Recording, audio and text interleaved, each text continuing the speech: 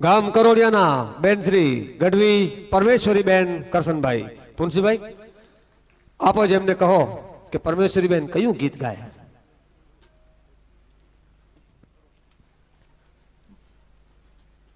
બેટા તમે ત્રણ લખ્યા, એક તો છાઈ ઘટા ઘનઘોર, જરા બંસી બજાવો નંદલાલા, અને એક પ્રેમ કી ગંગા બહેતી હૈ.